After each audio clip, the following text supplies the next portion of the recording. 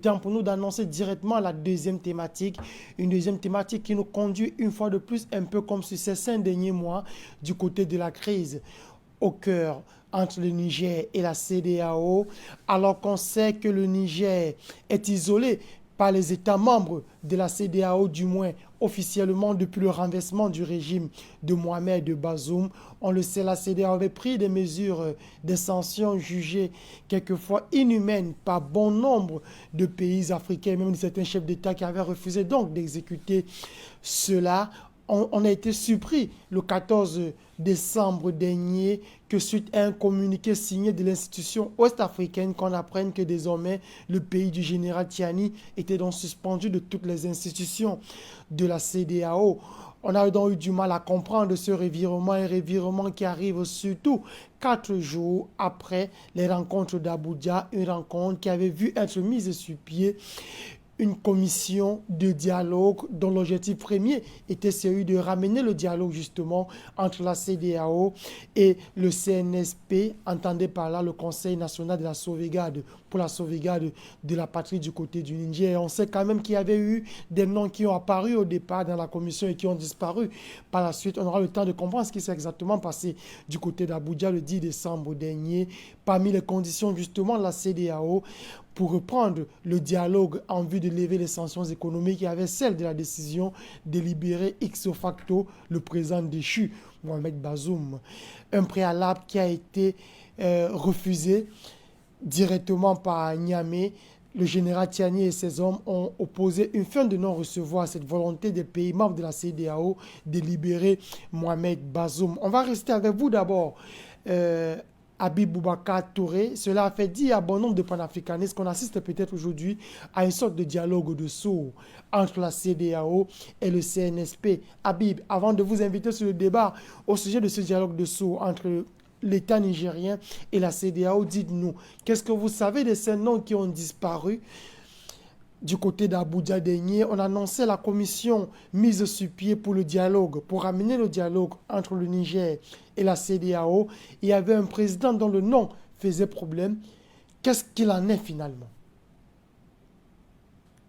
Mohamed Chance, on a observé à l'issue du communiqué final qui a été signé, parce qu'il y a déjà eu des fuites du communiqué final qui a annoncé quand même un trio qui devait prendre langue avec les nouvelles autorités nigériennes et instaurer ce qu'eux appellent le dialogue, au moins des échanges de sortie de crise. Et parmi ces trois, il devait y avoir le président béninois, Patrice Talon, qui est un frère, un ami, un voisin du Niger jusqu'au 26 juillet, qui s'est comporté de façon complètement méconnue et incompréhensible pour les Nigériens. Alors, à l'annonce justement de cette mission qui devait arriver à Niamey, les Nigériens n'ont pas caché quand même leur refus de recevoir ce dernier. Et à l'issue de cela, le lendemain, la CEDEAO communiqué final signé, dans lequel on a observé que son nom ne faisait plus partie. On pense qu'il a compris qu'il fait partie plus du problème que de la solution et qu'il aurait décliné certainement. Il peut aussi justifier le fait qu'il ne soit pas à ce sommet et que son nom aurait peut-être pu être proposé comme étant un voisin. Mais en tout état de cause, on a observé qu'il ne fera plus partie de la mission et que la mission serait constituée du président Faure Gnassingbé, qui, vous savez, sa position par rapport à cette situation que nous vivons, et le président Madabio de Sierra Leone, qui est un général putschiste. En tout cas, en 1996, il a perpétré un putsch avec ses camarades. Ensuite, lui-même a dû renverser le président en cette période pour pouvoir reprendre le pouvoir. Donc, il sait de quoi il s'agit. Et il sait ce qui peut amener des militaires à prendre leurs responsabilités, comme c'est le cas aujourd'hui avec le CNSP. Alors, le ministre des Affaires étrangères du Togo est passé pour une semaine à Niamey pour déjà préparer la mission des chefs d'État qui devrait arriver. Mais avant, également, une deuxième mission est annoncée en début janvier pour continuer de peaufiner tout cela. Mais ce qu'il faut dire, c'est que la CEDEAO, quand même, a fini de montrer son incapacité à faire face à toutes ces crises dont fait face la région ouest africaine à travers les événements du 26 juillet. Tout a été mis à nu. Et aujourd'hui, on observe que la CEDEAO est débandade totale au niveau de la conférence des chefs d'État. C'est la peur qui a gagné le dessus sur la raison et la réflexion. Voilà pourquoi nous assistons à des décisions, les unes plus contradictoires que les autres. Mais dans tout cela, le peuple nigérien, les autorités actuelles restent droits dans leur bottes et continuent d'être cohérents dans la démarche qui a été adoptée, celle qui consiste à dire nous sommes ouverts à tous les dialogues, nous sommes ouverts à tous types de partenariats dans le respect de la souveraineté du Niger et de son peuple. Voilà de façon vraiment ramassée ce qu'on peut dire de cette situation un peu incongrue qui prévaut entre la CEDEAO et le Niger. Merci Habib pour ce décor. Situation incongrue, vous l'avez dit. Situation d'autant plus incongrue, Dr Ahmed Sango, que depuis le 14 décembre dernier, il y a un communiqué signé de l'institution ouest-africaine qui vient rappeler ou alors qui vient informer, d'après le communiqué, à toute la communauté nationale et internationale que désormais le Niger serait suspendu dorénavant de toutes les instances, de toutes les institutions qui concernent la CEDEAO.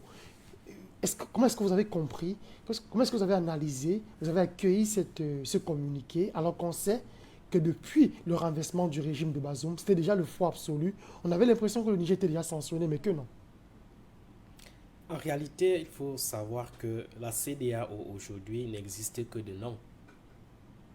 C'est une institution qui, du point de vue substantiel, est vide. Du point de vue, n'est-ce pas, ici, insubstantiel n'existe plus. Parce qu'on se rend bel et bien compte que cette institution-là, si on peut encore l'appeler ainsi, ne brille que par des gesticulations, ne brille que par du théâtre. Du théâtre. Et je pense que la crise nigérienne est encore revenue une fois de plus consolider cette idée, cet argument, n'est-ce pas, ici, d'institution coque qui ne joue que parce que les puissances occidentales la manipulent. En réalité, aujourd'hui, si la CEDEAO voulait rester une institution aussi valeureuse, elle aurait, n'est-ce pas, ici croisé ses bras après avoir exclu un peuple comme le Niger. Puisqu'en réalité, lorsque vous excluez un pays, un État de votre institution, ce pays-là n'existe plus. Vous tournez le dos et vous restez tranquille. Vous n'en parlez plus. Vous n'en parlez plus. Vous passez à autre chose. Et pratiquement pas. Mais aujourd'hui, on assiste à une sorte de pression qui est, en dépit des sanctions que cette institution-là ne cesse de prendre à l'encontre, n'est-ce pas, ici, du Niger, elle met les pressions au Niger pour que le Niger revienne, n'est-ce pas, ici, au sein de cette institution-là, qui, du point de vue substantiel, n'existe pratiquement pas. En réalité, ce que vous devez savoir, c'est quoi? C'est que le Niger reste ouvert au dialogue. Le Niger n'a pas refusé le dialogue, d'accord? Mais ce que le Niger dit, c'est que son intégrité territoriale, sa souveraineté et son indépendance soient respectées. C'est tout. Au sortir, par exemple, de cette rencontre d'Abuja, là, vous avez vu la liste des officiels que cette institution-là avait, n'est-ce pas, ici, préparé pour envoyer au Niger. Sauf qu'il y a un nom qui a disparu. Absolument, il y a un nom qui a disparu parce qu'en réalité, le Niger a compris que c'était un nom qui faisait problème à sa souveraineté. C'était un homme qui faisait problème à son intégrité territoriale. En l'occurrence, Patrice Talon du Bénin. Absolument. Parce qu'il faut rappeler que la politique, n'est-ce pas, ici, de l'intervention militaire, que cette institution-là nourrissait depuis un certain temps, n'arrivait pas à s'opérationnaliser à cause d'un certain nombre de pesanteurs géographiques et institutionnels. Le Bénin s'était donc présenté suite à cela comme étant le passage, d'accord, obligé pour cette CEDEAO pour intervenir militairement au Niger. Talon a montré sa disponibilité. Il a mis son pays à la disposition de la CEDEAO pour attaquer le Niger, qui, du point de vue géographique, reste tellement mitoyen à un peuple qu'on appelle le Niger. Donc, le président nigérien n'a pas compris cela. Il n'a pas compris qu'un frère comme Talon puisse aussi aller au-delà des intérêts du continent africain. Donc, il était donc clair que le président nigérien, n'est-ce pas, ici, dénonce cette liste-là et demande l'éradication ou alors l'expulsion du nom de Talon parmi les commissaires qui devraient venir, n'est-ce pas, ici, exécuter ce dialogue-là. C'est un élément très important. Donc aujourd'hui, nous assistons à une situation selon laquelle la politique que prône la CEDEAO est totalement attentatoire, dichotomique à la vision idéologique que portent aujourd'hui ces trois États du G5 et de l'AES Sahel et fondamentalement un pays qu'on appelle le Niger. Tout ce que le Niger porte aujourd'hui comme aspiration souverainiste ne coïncide pas avec la CEDEAO. Et ceci a dessein. Parce qu'aujourd'hui, si on veut libérer le continent africain, si on veut faire décoller le continent africain économiquement, politiquement et culturellement, il est important de repenser nos organisations d'intégration sous-régionale telles qu'elles fonctionnent actuellement. On ne peut pas développer nos pays aujourd'hui avec ce genre d'institutions, d'organisations d'intégration sous-régionale. Et le Niger, comme le Mali et le Burkina Faso, ont compris cela. Parce que leur dynamique révolutionnaire aujourd'hui vise, à défaut de tuer totalement ces organisations d'intégration sous-régionale, les amener à des réformes profondes. Il faut vous rendre compte qu'aujourd'hui, ces trois États ont réussi déjà à tuer le G5 Sahel, qui est parti du G5 pour le G0 aujourd'hui. Ça n'existait pratiquement pas, parce qu'en réalité, c'était une institution qui ne servait pas les intérêts du continent africain. C'est la même chose aujourd'hui qui est en train de se poursuivre avec la CEDEAO, parce que la CEDEAO elle doit disparaître. On rappelle Dr Sango, pour relancer Dr Sango, on rappelle tout à l'heure Habib Boubacar Touré parlant du nom de Patrice Talon qui aurait été stipé à la dernière minute, nous faisait quand même remarquer que Patrice Talon lui-même n'était pas à la dernière rencontre d'Abuja. On peut citer des mastodontes quand même comme le Sénégal, le président Macky Sall n'y était pas. Ou alors, celui qui a beaucoup gesticulé ces derniers mois, le cas Ouattara, était quand même assez flagrant. Est-ce qu'on peut dire que finalement aujourd'hui la CEDEAO se résume à son seul président, Bola Tinubu? Quand je vous parlais d'une COP qui ne représente presque rien du point de vue substantiel, vous pensez que j'imaginais ou bien je faisais quoi? Je disais la réalité et je suis en train de dire la réalité que la CEDEAO est en train de disparaître. Et cette disparition va se faire de deux ordres. Soit du point de vue extérieur, c'est-à-dire on explose la CEDEAO, soit du point de vue interne. Et cette organisation-là peut imploser. Au même titre que le G5 Sahel a explosé. Vous avez vu que cette organisation a d'abord commencé par exploser du point de vue externe et par la suite elle a implosé à partir de ces deux États qui restaient encore membres de cette organisation-là, à savoir la Mauritanie et le Tchad, qui ont décidé à leur tour de sortir de cette organisation-là. Donc aujourd'hui, la dynamique révolutionnaire, disais-je, de ces trois États de l'AES Sahel, c'est de tuer ces organisations d'intégration sous-régionale africaines qui ne sont pas des institutions capables aujourd'hui de permettre à l'Afrique de se développer. Parce qu'il faut toujours rappeler, et je le rappelle toujours en disant que les organisations d'intégration sous-régionale sont des outils importants pour le développement des peuples comme pour le développement des continents. C'est des outils tellement importants. Mais ce qui fait problème aujourd'hui en Afrique, c'est que ces organisations-là ont été galvaudées, ces organisations-là ont été infiltrées et donnent l'impression aujourd'hui que ce sont des filiales des organisations d'intégration sous-régionale européennes. Les organisations d'intégration sous-régionale sont tellement efficaces. Regardez par exemple l'Union européenne aujourd'hui. Que serait l'Europe si l'Union européenne n'avait pas existé? Donc, c'est la même chose que nous disons au continent africain, d'avoir des organisations d'intégration sous-régionale tellement solides, efficaces, calquées sur les réalités africaines. Et cela passe par la souveraineté et l'indépendance de ces organisations d'intégration sous-régionale. Donc aujourd'hui, il faut voir la philosophie de ces trois pays-là. Aujourd'hui, on est en train de vouloir substituer à la CEDEAO, l'AES, cette nouvelle organisation d'intégration sous-régionale qui sera cette fois-ci porteuse des réalités africaines et capable de négocier les intérêts du continent africain tant sur le plan panafricain que sur le plan international. Donc aujourd'hui, il faut savoir que ce think tank que nous sommes en train de voir entre la CEDEAO et le Niger participe à cela. Ce sont des intérêts totalement divergents qui sont en train de s'opposer. On assiste, n'est-ce pas, ici à un think tank où les acteurs internationaux impérialistes veulent utiliser toujours cette institution pour essayer de briser les dynamiques révolutionnaires qui sont de plus en plus en cours dans les pays africains. Merci à vous, Dr Amel Sango. On reste sur cette date finalement fatidique du 14 décembre pour prendre cette audience du ministre togolais des Affaires étrangères qui a été reçu en audience par le premier ministre nigérien Alamine Mahman Zein. Au sortir de cette rencontre entre les deux hommes, il en ressort et le patron de la diplomatie togolaise, le professeur Rambert Dussel, a avoué que les deux parties se sont accordées sur un calendrier au niveau de la transition nigérienne. Habib Boubacar Touré, vous qui êtes à cheval entre la politique et la société civile, est-ce que vous en savez davantage?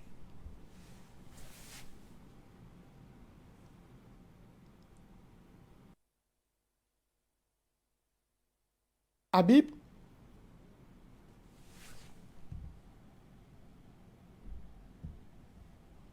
Quelques soucis de liaison avec Habib Touré du côté de Niamey.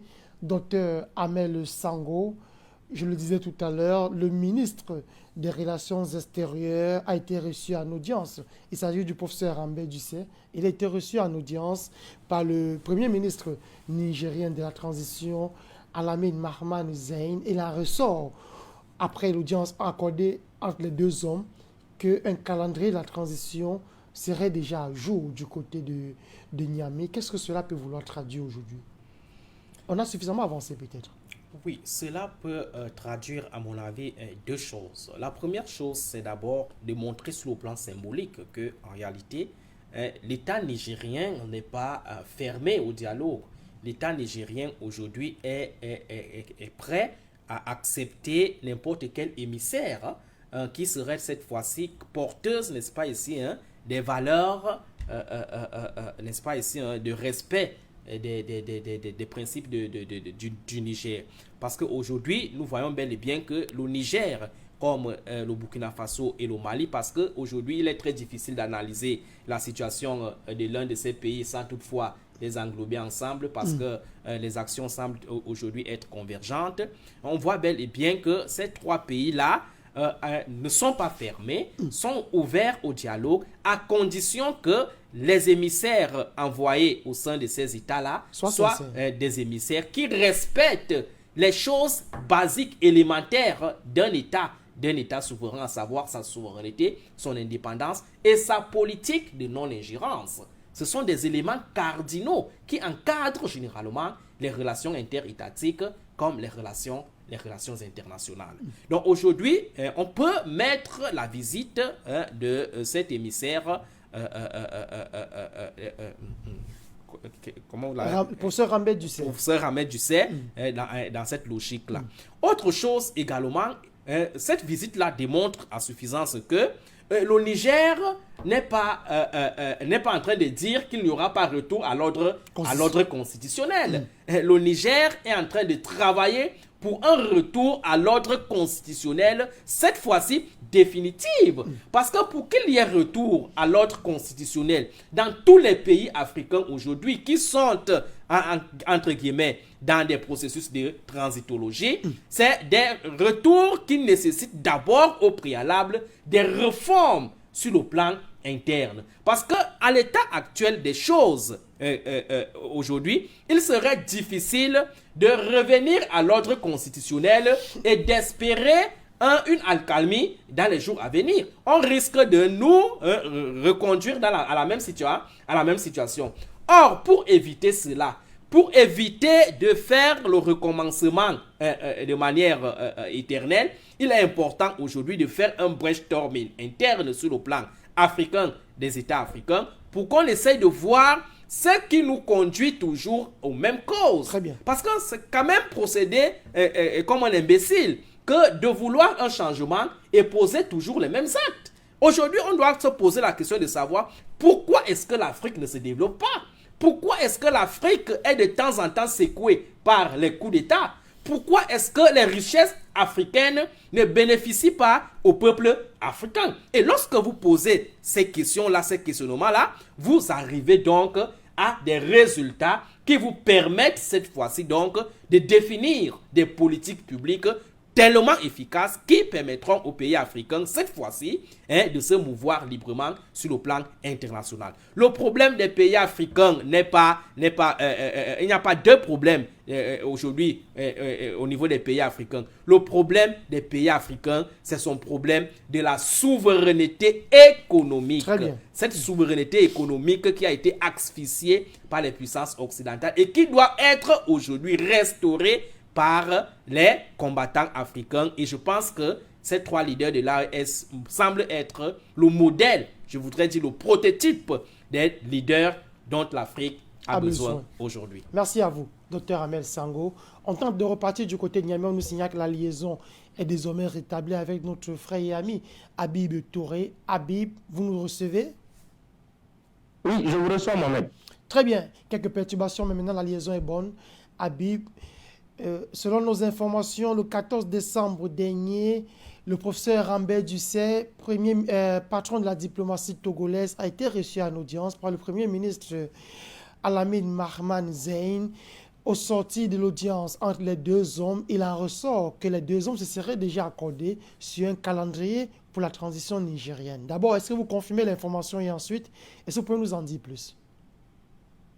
Ce que je vous confirme, c'est que Robert Ducet, effectivement, a séjourné à Niamey dans le cadre de la mission que la CEDEAO a confiée au Togo et à la Sierra Leone, c'est-à-dire reprendre le contact avec les autorités nigériennes.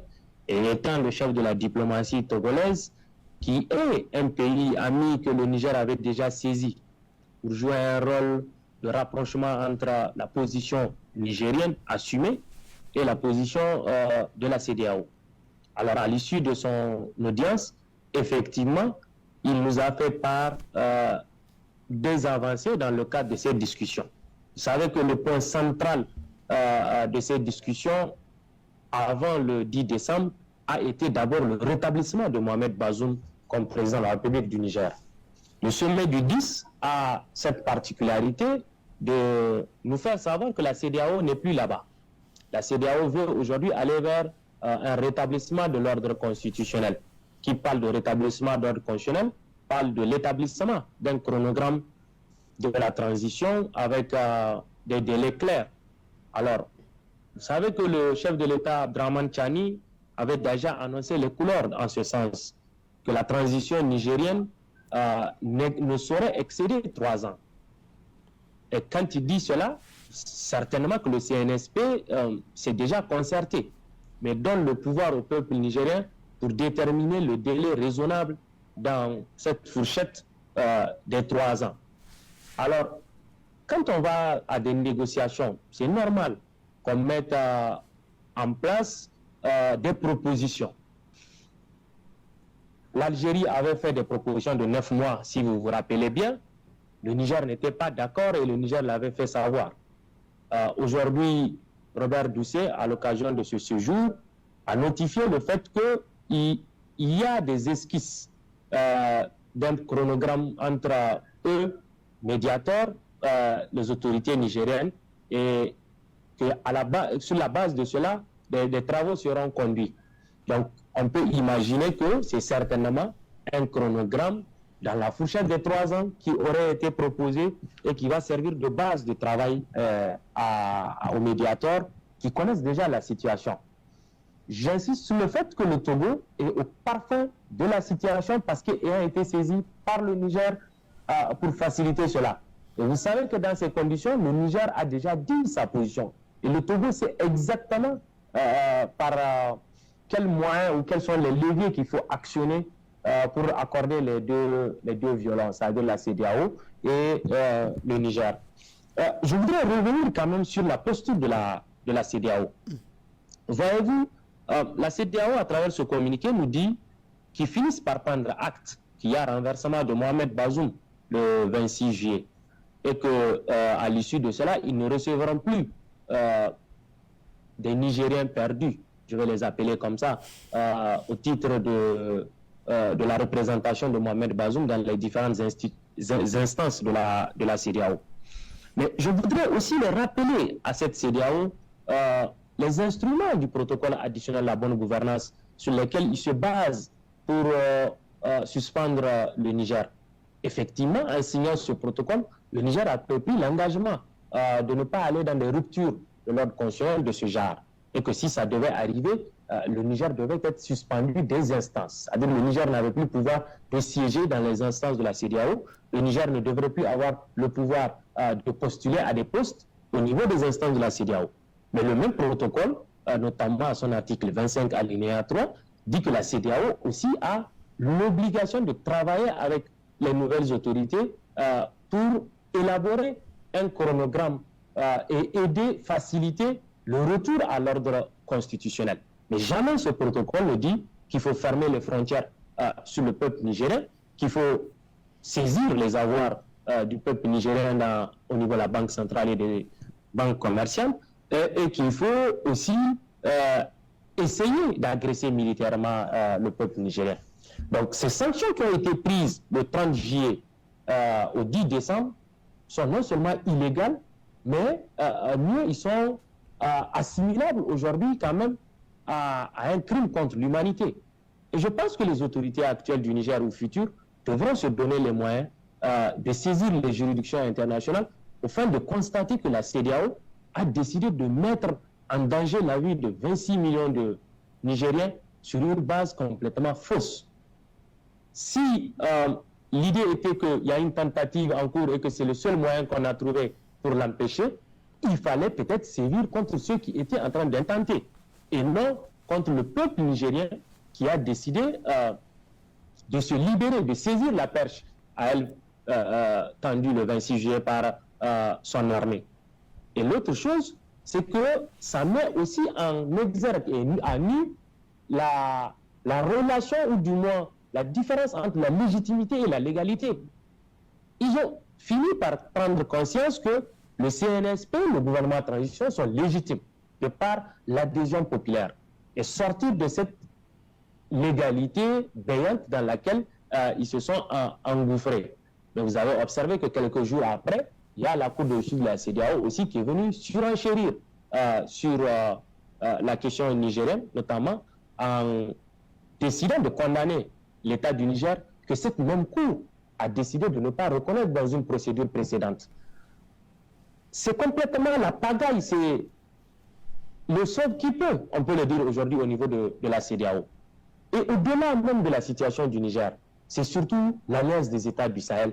C'est cela, cet instrument-là qui fait peur. Parce que la réussite et le fonctionnement de cette alliance finira par mettre à nu la mauvaise gouvernance dans les différents pays, finira par éveiller les consciences des peuples pour montrer que, en réalité, le problème, il est d'ordre de leadership compétent et non ce sous-développement qu'on nous a vendu depuis pratiquement un siècle à travers la colonisation, l'impérialisme imposé depuis ces 63 dernières années par des indépendances saupoudrées ou du moins peinturées qu'on nous a vendues. C'est cela l'enjeu qui se trame aujourd'hui au niveau du Sahel, et c'est le mérite qu'a eu la crise, ou du moins la situation actuelle que traverse le Niger, pour contribuer à aller vers cet idéal commun qui est la mise en commun des énergies africaines. Et pour finir sur ce sujet, je pense que la CEDEAO, à travers la médiation qui a été mise en place, ou du moins le semblant de médiation qui est en train de se mettre en place, cherche un faux fuyant pour quitter cette situation inconfortable dans laquelle elle s'est mise à travers son gangastérisme adopté le 30 juillet. Le Niger et les Nigériens, les autorités actuelles, restent droits dans leur botte. Ils n'ont jamais refusé un quelconque dialogue avec les organisations sous-régionales. On est Niger et on est membre d'une organisation sous-régionale, c'est parce que d'abord on est un État souverain et indépendant. Et aussi longtemps que les gens n'accepteront pas cet état de fait, je ne pense pas qu'il puisse y avoir une sortie de crise ou une conciliation entre les deux positions. Au bout de 5 mois, la CEDEAO a fini de comprendre que la posture adoptée ne va pas dans le sens de leur intérêt, parce que l'idée était d'affamer, d'affaiblir le peuple nigérien pour provoquer un soulèvement qui allait faire partir les autorités qui venaient de s'installer le 26 juillet. Ils ont fini de se rendre compte que cela n'est plus possible. Alors, ils ont décidé d'adopter une nouvelle posture un peu moins belliqueuse, même s'ils continuent de brandir cette menace d'intervention militaire. Alors, les médiateurs qui ont été désignés viendront, on les écoutera et on leur dira notre vision de la chose. Et je pense qu'à l'issue de cela, peut-être on peut espérer que le Togo puisse peser dessous tout son poids et surtout de son expérience de la gestion et de sortie des crises pour continuer à sensibiliser, à démontrer à la CEDEAO le bien fondé d'accepter qu'un peuple décide de se tracer un chemin dans lequel il se sent à l'aise. C'est cela, je pense, l'issue la plus positive ou du moins la plus optimiste que nous pourrons présager. Mais en tout état de cause, le peuple nigérien ne se laissera pas distraire par qui que ce soit. On a appris à vivre avec ces sanctions. Ces sanctions ne nous permettent pas de continuer à déployer nos énergies. Et l'avenir du Niger et du Sahel se trouve dans l'alliance des États du Sahel, qui n'est pas encore une fois une organisation qui vient tuer la CEDEAO. C'est une organisation qui vient sauver la CEDEAO. Il faut que la CEDEAO comprenne cela. Et il faut que les peuples soient complètement édifiés sur le fait que l'Alliance des États du Sahel est une opportunité aujourd'hui pour réaliser les premières ambitions. L'objectif principal qui a été celle de la constitution, la construction de la CEDEAO par des dirigeants militaires en son temps, en tout cas pour la plupart. Et c'est à cet idéal-là que revient l'Alliance des États du Sahel en tendant la main à tous les peuples qui veulent réellement aller vers une nouvelle dynamique qui va sauvegarder les intérêts encore davantage plus des peuples et non les intérêts de l'impérialisme occidental. Voilà le commentaire que ça me suscite, cette situation aujourd'hui, auquel nous, Nigériens, on se dit d'ailleurs, la CEDEAO n'est plus cette organisation pour laquelle on doit continuer à perdre notre énergie, à analyser ses sorties et ainsi de suite. On préfère tourner le dos à la CEDEAO, continuer de regarder vers l'AES et au finish, nous sommes convaincus que la CEDEAO finira par demander à nous rejoindre parce que le rapport de force est du côté de l'Alliance des États du Sahel et que personne ne peut aller à l'encontre de la volonté d'un peuple, Mohamed. Merci à vous, très cher Habib Touré. Vous restez avec nous pour le dernier tour de table. Docteur Amel Sango, pendant qu'au sein du continent africain, on parle de plus en plus de cette solution africaine pour résoudre des problèmes africains. Il y a quand même que cette semaine aussi, on a vu une sortie du secrétaire d'État américain adjoint en charge des questions africaines, Moulifi, qui a d'ailleurs assisté à la réunion d'Abuja le 10 décembre dernier, qui exige de la CEDEAO une transition courte et crédible et conditionne cela comme la condition sine qua non pour un retour d'une coopération entre les États-Unis et le Niger. Dans quel registre vous classez cette sortie? Ouais, écoutez bien, cette sortie-là se classe tout simplement dans le registre des impérialistes, des personnes qui donnent des injonctions, qui continuent à donner des injonctions aux pays africains et qui pensent que l'Afrique peut toujours continuer à obéir à ces injonctions-là. Or, en réalité, c'est ce genre de choses-là que le Niger, comme le Mali ou le Burkina Faso, sont en train de dire non. Plus jamais. Et c'est ça qui est en train de plomber même ce dialogue dont vous parlez de temps en temps. Parce qu'en réalité, on ne peut pas venir sur une table de dialogue avec des choses que vous imposez, avec des impositions, avec des conditions rigides, avec des diktats. C'est d'emblée des éléments qui tuent déjà le dialogue avant même que celui-ci ne se tienne. En réalité, aujourd'hui, ce que les pays du Sahel sont en train de dire, c'est que on ne doit plus donner, n'est-ce pas ici, on ne doit plus fixer les calendriers électoraux des pays africains à l'extérieur. D'accord? Le choix des systèmes politiques, le choix des délais des organisations des élections comme des votes doivent tout simplement être le reflet de la souveraineté des États. Donc aujourd'hui, le Niger n'est pas en train de dire qu'ils ne vont jamais organiser des élections. Non, ce que le Niger est en train de refuser, c'est que le calendrier électoral leur soit imposé par l'extérieur, par des puissances étrangères. C'est ça le problème aujourd'hui. Et c'est ce que la CEDEAO devrait intégrer et comprendre pour essayer de résoudre cette crise-là. Parce qu'en réalité, cette crise-là perdure parce que la CEDEAO elle-même ne veut pas se raviser et comprendre que c'est elle qui est le problème. Parce que c'est elle qui viole tous les principes des relations internationales, tous les principes élémentaires du droit international, d'accord? C'est quand même surprenant qu'une organisation comme la CEDEAO, bien plus ses partenaires occidentaux, France, États-Unis, tout ça, n'arrive pas à comprendre que l'organisation des élections relève essentiellement de la politique interne d'un État. On ne s'y mixe pas, d'accord? C'est quelque chose qui relève de la politique intérieure. On n'a pas besoin de donner des injonctions. On peut encore apporter des propositions.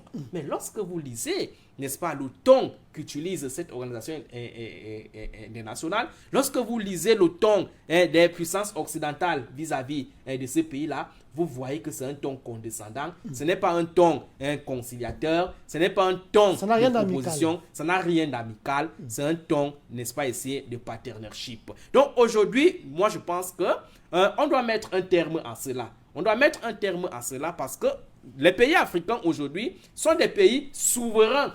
Il ne faudrait pas que ce soit une souveraineté symbolique, non.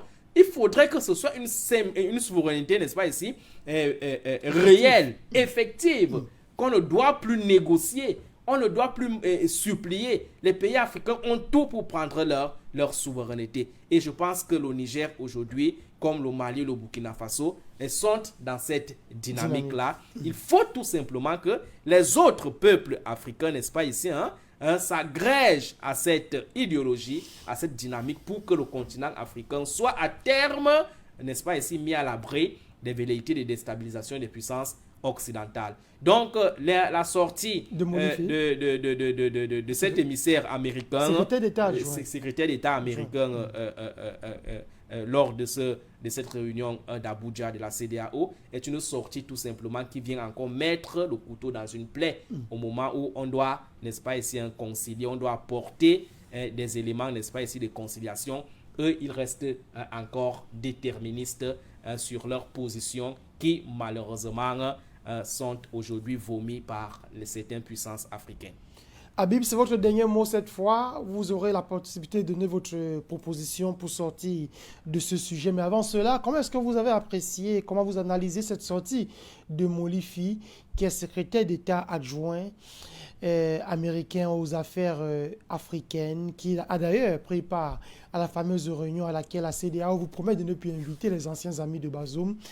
Molifi qui exige une transition de courte durée et il parle aussi, surtout, de crédibilité. Comment est-ce que vous avez analysé cela, Habib? Mohamed, vous savez, les États-Unis ont cette particularité d'être un État très, très au fin de ses propres intérêts. Contrairement à d'autres qui ne savent même pas où se trouvent leurs intérêts et qui préfèrent rester dans un paternalisme béant. Je préfère plus suivre les actes qu'écouter les paroles. Vous voyez, depuis les événements du 26 juillet, les États-Unis ont peut-être cette particularité d'être cette puissance-là qui a été un peu plus cohérente dans sa démarche. Ils ont envoyé, avant même le sommet de la CEDEAO, je pense le 27 ou le 28 juillet, Victoria Nuland, qui est la sous-secrétaire d'État aux affaires africaines, qui a séjourné au Niger et qui a discuté avec les autorités du CNSP sur ce qui peut être la suite de la coopération entre le Niger et les États-Unis. Ensuite, de par leur propre législation à l'interne là-bas, ils avaient des contraintes qui faisaient qu'ils devaient respecter la loi américaine. Mais nous, on a continué, nous, à respecter la loi nigérienne et la volonté du peuple nigérien. Cela ne les a pas empêchés de faire le déplacement d'Abuja pour chercher encore davantage à comprendre la situation. Moïse a fait le déplacement de Niamey dans la perspective et surtout à la suite de la présentation des lettres, des copies figurent lettres de créance de l'ambassadrice au niveau de notre ministère des Affaires étrangères, puisque avant le 26, les États-Unis n'avaient pas d'ambassadeur en poste à Niamey. Malgré les événements, ça ne les a pas empêchés de dépêcher un ambassadeur. Alors, la question encore qui cristallise l'opinion africaine, c'est le fait que les États-Unis viennent nous parler de transition relativement courte. Personnellement, je trouve que c'est un terme qui n'a pas de sens. 2 ans ou 3 ans peuvent être aussi considérés comme courts. Mais ce que j'entends dans la communication américaine, c'est cette volonté d'exprimer le fait qu'il faut aller vers une transition qui va aboutir à un processus électoral qui va nous amener vers de nouvelles autorités civiles. Mais si c'est cela, c'est exactement la démarche du CNSP, du gouvernement de transition. Ils n'ont jamais dit que, le Niger n'a jamais dit qu'il va rester dans cette situation. Par essence, une transition, c'est une période exceptionnelle pour laquelle il faut travailler à mettre de nouvelles bases, pour emprunter le terme du docteur Sango, pour qu'on soit qu'on aille vers un retour à l'ordre constitutionnel définitif. Le Niger a subi 5 ruptures de constitution qui fait qu'on ne veut plus revenir à cela. Pourquoi on ne va pas revenir à cela? C'est quand on va faire le travail que les autres transitions n'ont pas fait, c'est-à-dire la refondation de l'État du Niger. Pour que plus jamais qu'un groupuscule d'individus ne puisse prendre en otage les ressources du Niger et sa sécurité au profit de l'impérialisme occidental. Et pour cela, il faut que les Nigériens s'asseyent, qu'ils se disent qu'est-ce qu'on veut faire de notre pays, qu'est-ce qu'on veut faire de nos ressources. Et c'est un processus qui doit prendre le minimum de temps qu'il faut avant d'aller vers maintenant une structuration de l'État, une structuration de notre économie, de notre outil de défense, encore une fois dans la perspective de cette alliance qu'on est en train de construire, qui a vu le jour le 16 septembre dernier, l'alliance des États du Sahel. Tout cela demande le minimum de temps. Et c'est ce temps-là que le Niger a décidé de se consacrer. Et aucune pression, aucune demande extérieure ou quoi que ce soit ne peut détourner le Niger. Parce qu'il y va de la survie du Niger et de son peuple. C'est nous qui savons ce que nous endurons. C'est nous qui connaissons la partie du corps qui nous fait mal. Donc, personne ne peut venir de l'extérieur pour nous intimer à cela. Mais, néanmoins, tous les partenaires qui viendront à la suite de cela et qui accepteront le nouveau principe que le Niger a adopté, c'est celui qui consiste à tout mastiquer et à n'avaler que ce qu'il trouve à son goût. Tout ce qu'il ne trouvera pas à son goût, il le crachera. C'est cela la démarche. Si les États-Unis continuent à accepter la souveraineté et la dynamique actuelle qu'a engagé le peuple et ses autorités, les États-Unis continueront à être aux côtés du Niger parce que nous n'avons rien contre les États-Unis. Nous avons décidé de préserver nos intérêts.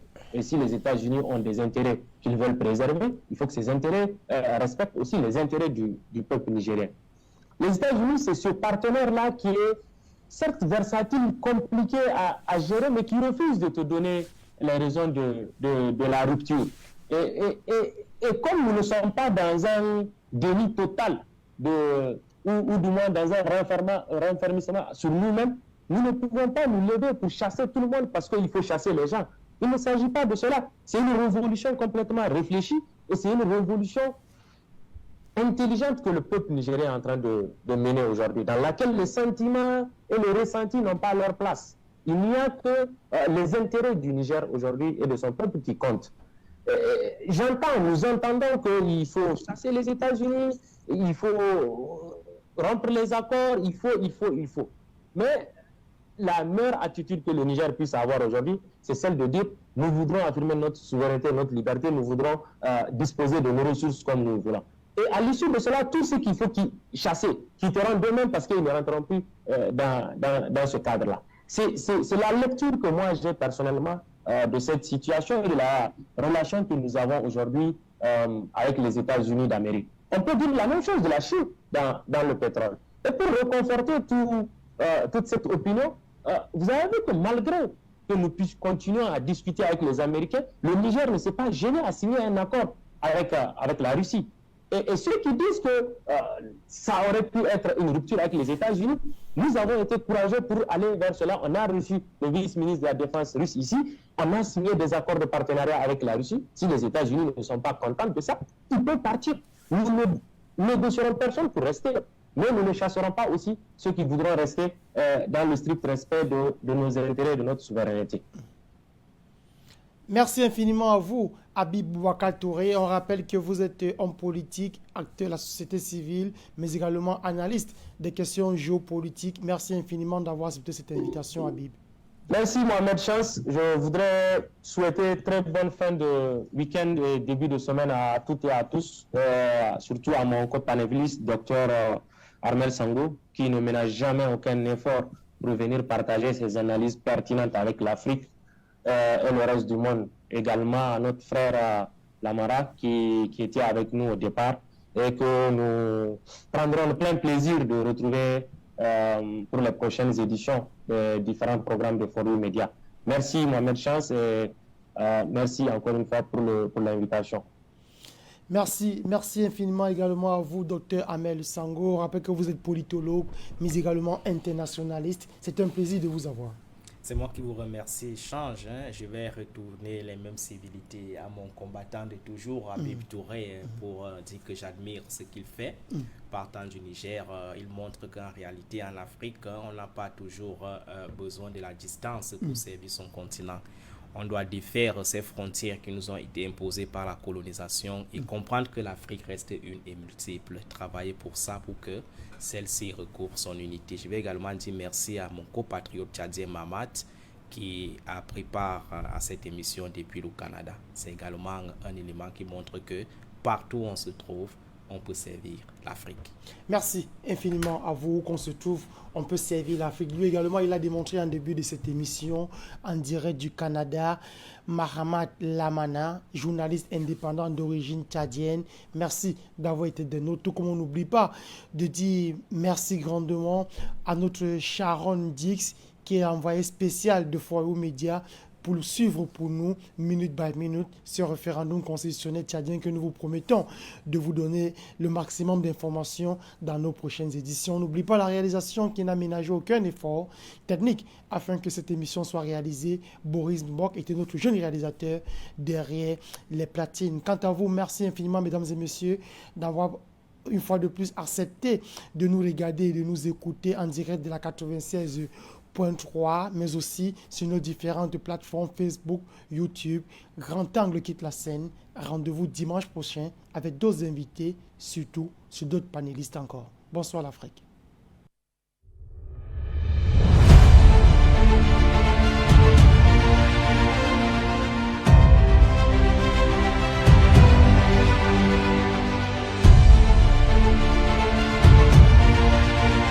N'oubliez surtout pas de vous abonner et d'activer la cloche de notification pour ne rater aucune de nos prochaines vidéos.